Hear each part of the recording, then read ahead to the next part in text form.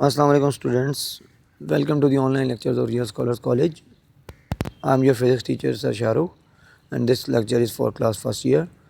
Topic 10.8, chapter number 10, page 360, molar specific heat of a gas. Student, you have studied your topics thermodynamic processes, first law of thermodynamics, adiabatic process, the isochoric process, isothermal process, in which we have kept constant volume, pressure, and temperature. Now you will discuss about the molar specific heat of a gas by considering those thermodynamic processes, isothermal, isobaric, isochoric, यानी जिसमें आप you will keep the volume constant either pressure constant. तो यहाँ से देखते हैं सबसे पहले मोलर स्पेसिफिक हीट क्या है. तो कोई गैस लेंगे आप, ऐसी इतनी हीट, इतनी अमाउंट ऑफ हीट, ठीक है, the amount of heat required to raise the temperature of 1 mole of a gas by 1 Kelvin is called its molar specific heat. ठीक है, यानी एक गैस को 1 मोल गैस को कितनी हीट दी जाए, यानी 1 मोल गैस को कितनी हीट दी जाए कि उसका टेम्परेचर डिफरेंस कितना हो जाए 1 केल्विन, यानी उसमें इंक्रीज इन टेम्परेचर आ जाए 1 केल्विन. कहने का मतलब ये है कि हमने हमारे पास जो हीट है जो हम किसी भी सब्सटेंस को देंगे, ये डेल्टा क्यू, ठीक है, जो 1 मोल अपने अंदर रखता होगा, 1 मोल ऑफ इट्स सब्सटेंस का मैस मतलब होगा, मोल होंगे, और 1 केल्विन टेम्परेचर डिफरेंस उसके अक्रॉस की 1 केल्विन टेम्परेचर डिफरेंस उसका इंक्रीज़ हो जाए, ठीक है, तो उतनी हीट को हम नाम देंगे, ये उसकी मोलर स्पेसिफिक हीट है उस गैस की. यानी 1 मोलर स्पेसिफिक हीट का मतलब है 1 मोल के लिए चाहिए 1 केल्विन टेम्परेचर बढ़ाने के लिए. तो अगर यहाँ से आप ये देखें कि जितनी ज़्यादा आप हीट जितने ज़्यादा नंबर ऑफ़ मोल्स होंगे, ठीक है, जितने ज़्यादा नंबर ऑफ़ मोल्स होंगे उनका 1 केल्विन बढ़ाने के लिए आपको उतनी ज़्यादा हीट देनी पड़ेगी, यानी डायरेक्टली प्रोपोर्शनल होंगे नंबर ऑफ़ मोल्स हीट से, या हीट डायरेक्टली प्रोपोर्शनल होगी नंबर ऑफ़ मोल्स से, ठीक है. जितने ज़्यादा मोल्स होंगे आपको उतनी ज़्यादा हीट देनी पड़ेगी उनको 1 केल्विन टेम्परेचर डिफरेंस उनके क्रॉस लाने के लिए. और अगर हम इसको दूसरी तरह से देखें कि अगर 1 मोल ही है, मोल 1 ही है किसी भी गैस का, तो उसका जितना ज़्यादा टेम्परेचर इंक्रीज करना होगा उतना ज़्यादा हम उसको हीट देंगे फिर, ठीक है. तो कहने का मतलब कुछ यूँ है कि जो हीट हम देते हैं किसी भी गैस को वो डायरेक्टली प्रोपोर्शनल है उसके नंबर ऑफ़ मोल्स के और इंक्रीज़ इन टेम्परेचर के. जितना ज़्यादा इंक्रीज इन टेम्परेचर लाना चाहते हैं आप उतनी ज़्यादा हीट देनी पड़ेगी, या जितने ज़्यादा नंबर ऑफ़ मोल्स होंगे उतनी ज़्यादा हीट देनी पड़ेगी उसका टेम्परेचर इंक्रीज़ करने के लिए, ठीक है. जब हम इस प्रोपोर्शनैलिटी को इक्वालिटी में चेंज करते हैं तो आपके पास एक कांस्टेंट इंट्रोड्यूस होता है, जैसे आप सी एम यहाँ पे कह रहे हैं, जो क्या चीज़ है आपके पास, जिसको हमने नाम दिया है मोलर स्पेसिफिक हीट कैपेसिटी. इसका रिलेशन यहाँ से कैसे निकल सकता है सी एम का, आप एन और डेल्टा टी को इस डेल्टा क्यू के नीचे ले जाकर डिवाइड कर दें तो आपके पास सी एम आ जाएगा, ठीक है. लेकिन इसका यूनिट भी देखना पड़ेगा, यूनिट क्या बनते हैं, ये क्या है जॉल्स, और डिवाइड में क्या आ गया आपके पास, मोल किस में आते हैं, मोल में, मोल है MOL, ये लिखा है यूनिट है ये जॉल्स पर मोल, जॉल्स पर मोल पर केल्विन, ये दोनों डिनोमिनेटर में है ना, मोल और केल्विन, ठीक है. तो जॉल्स पर मोल पर केल्विन इसका यूनिट बनेगा स्पेसिफिक हीट का, गैस की मोलर स्पेसिफिक हीट. अच्छा, अब हम क्या कर सकते हैं, हम इस molar specific heat of a gas को कंसिडर करके, किसी भी गैस को एक थर्मोडायनामिक सिस्टम कंसिडर करके उसके ऊपर थर्मोडायनामिक प्रोसेसेस करेंगे, ठीक है, जिनमें हम क्या क्या कांस्टेंट रखने वाले हैं. हम दो टाइप के प्रोसेस पे करेंगे, या 2 टाइप की हम मोलर स्पेसिफिक हीट देखेंगे गैस की, जिसमें एक में हमने वॉल्यूम को कांस्टेंट रखा हो और एक में हमने प्रेशर को कांस्टेंट रखा हो, ठीक है. तो जब हम वॉल्यूम को कांस्टेंट रख के किसी भी गैस के को हीट देते हैं और उसके टेम्परेचर में इंक्रीज़ वगैरह करते हैं तो हम इसी CM को क्या कह देते हैं, ये क्या है, द मोल, मतलब वॉल्यूम को अगर कांस्टेंट रखा है तो वो हम कहते हैं the molar specific heat capacity at constant volume, जैसे हम CV कहते हैं. और अगर इसी तरह हम प्रेशर को कांस्टेंट रख के, गैस के प्रेशर को कांस्टेंट रख के उसको हीट देते हैं, तो तब हमारे पास जो रिलेशन CM की जगह C जो पुट होता है C, उसे हम CP कहते हैं, P पुट करते हैं हम उसके नीचे बेस में, M की जगह, मोल की जगह P एट कांस्टेंट प्रेशर, तो वो उससे हमारे पास जो CP आता है वो क्या होता है, molar specific heat of a gas at constant pressure. ठीक है, फॉर्मूला यही रहेगा। जस्ट हम क्या करेंगे, इसके अंदर m की जगह बेस में जो c है उसकी बेस में m की जगह पे p और v लिख देंगे जब v कांस्टेंट हुआ या जब p कांस्टेंट हुआ। अब हम बात करते हैं constant volume molar specific heat of a gas की ही, यानी CV की बात हम करते हैं। तो CV ऐसी इतनी अमाउंट ऑफ हीट, यानी amount of heat required to raise the temperature of a gas of a 1 mole gas, ठीक है, बाय 1 केल्विन। यानी किसी भी गैस का, यहाँ से आप देखें अगर फार्मूला में, तो किसी भी गैस के 1 मोल के लिए 1 मोल को 1 केल्विन टेम्परेचर इंक्रीज़ करने के लिए जितनी भी हीट चाहिए एट कांस्टेंट वॉल्यूम, वो क्या होगी उसकी molar specific heat capacity at constant volume CV। ठीक है, इसी फार्मूला को हम CV में चेंज कर देंगे।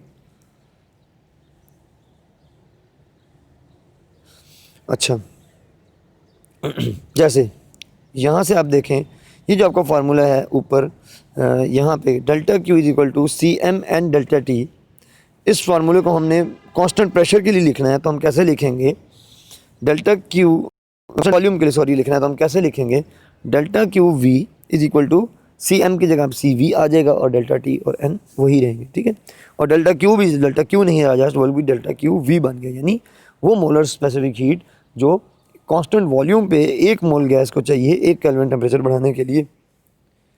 ठीक है, अच्छा, वो आपके पास CV है। ठीक है, इसी तरह CP आपके पास क्या है, वो हीट, वो अमाउंट ऑफ हीट जो आपको चाहिए 1 केल्विन टेम्परेचर बढ़ाने के लिए 1 मोल ऑफ अ गैस के, कब, जब आपका प्रेशर कांस्टेंट है, उसे आप CP कहते हैं, molar specific heat of gas at constant pressure, या constant pressure molar specific heat of a gas, दोनों नेम्स। यहाँ पे अगर आप कंसिडर करें अगेन कि वही formula Q is equal to NC delta T, तो यहाँ पे C की जगह CP आएगा और डेल्टा Q की जगह डेल्टा QP आएगा, मतलब एट कांस्टेंट प्रेशर। तो ये दो फार्मूलाज जो हैं वो आपने तैयार कर लिए जनरल फार्मूला से, कांस्टेंट वॉल्यूम के लिए, कांस्टेंट प्रेशर के लिए। अब हम क्या करते हैं, अब हम रिलेशन देखते हैं CP, यानी CP और CP और CV के दरमियान रिलेशन देखते हैं। ठीक है, नेक्स्ट पेज पे 362 पे यहाँ पे एक आपने सिस्टम ले लिया जिसमें क्या हुआ, पहले तो हमने जब वॉल्यूम को कांस्टेंट रखा, ये देखें कांस्टेंट वॉल्यूम है, वॉल्यूम चेंज नहीं हो रहा सारी तरफ से, ये फिक्स्ड है।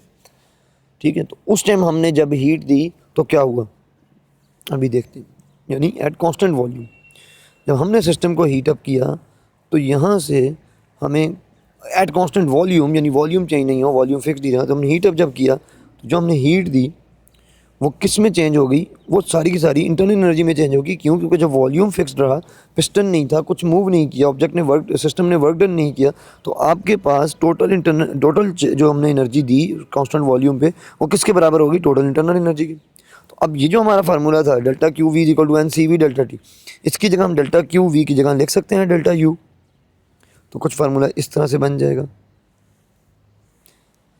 ठीक है, यहाँ पे जितनी भी हीट हमने दी एट कांस्टेंट वॉल्यूम, सिस्टम ने कोई वर्क डन नहीं किया, सारी की सारी हीट किस में कन्वर्ट होगी, इंटरनल एनर्जी की फॉर्म में उसके अंदर स्टोर होगी। बट वो हीट कितनी थी जो हमने दी थी, वो थी जितनी भी गैस के मोल्स थे मल्टीप्लाई जितना टेम्परेचर इंक्रीज़ किया था multiply constant volume molar specific heat. ठीक है, तो ये डेल्टा U का फार्मूला स्टोर कर लिया हमने। अच्छा, इसी तरह अगर हम वॉल्यूम को दें इसी सिस्टम में, यानी इस तरह से हीट करें, यानी डेल्टा Q हम दें, और अब वॉल्यूम कांस्टेंट नहीं है, इज़ नॉट कांस्टेंट, C यानी कांस्टेंट नहीं, तो इसका मतलब ये है कि जब हम यहाँ पे हीट करेंगे, इनको टेम्परेचर इंक्रीज़ करेगा, काइनेटिक एनर्जी इनकी इंक्रीज़ करेगी, तो यहाँ पे ये पिस्टन के ऊपर कोई फोर्स लगाएंगे F, उस फोर्स की वजह से ये कोई डिस्टेंस मूव करेगा, जिससे हमने डेल्टा Y कहा था। यहाँ पे S लिखा हुआ है बट यहाँ पे हम इसको डेल्टा Y ले रहे हैं। तो जो फोर्स लगने से डिस्टेंस कवर हुआ, तो इसका मतलब यहाँ पे कोई वर्क डन हुआ है, डेल्टा W, अब ज़ीरो नहीं है डेल्टा W। ठीक है, तो कांस्टेंट प्रेशर के ऊपर, यानी जब हमारा प्रेशर कांस्टेंट था उस टाइम आपके पास वर्क डन सिस्टम करेगा। तो इस फार्मूला में आपके पास ये जो डेल्टा क्यू पी वाला रिलेशन है कांस्टेंट प्रेशर वाला, उसमें N C P delta T में अगर मैं डेल्टा क्यू की जगह पुट करूँ डेल्टा क्यू पी की जगह, तो मैं क्या पुट करूँगा, यहाँ से आप देखें जो वर्क डन हम कंसिडर कर रहे हैं वो फोर्स लगने से डेल्टा वाई डिस्टेंस कवर हुआ है, पिस्टन ऊपर मूव किया है, तो इसे वर्क डन कह रहे हैं eight constant pressure delta W P. ठीक है, तो यहाँ पे एफ को हम लिख सकते हैं pressure into area, because pressure होता है फोर्स ओवर एरिया। तो एरिया इधर आके मल्टीप्लाई हो गया, तो फोर्स किसके बराबर आ गई, प्रेशर इनटू एरिया के। ठीक है, तो हमने यहाँ पे लिख दिया प्रेशर इनटू एरिया, फोर्स की जगह, यहाँ पे फोर्स की जगह प्रेशर इनटू एरिया लिख दिया। अब आपको ये पता है एरिया इनटू वाई क्या बनता है, वॉल्यूम, ये हमने पहले भी डिस्कस किया है।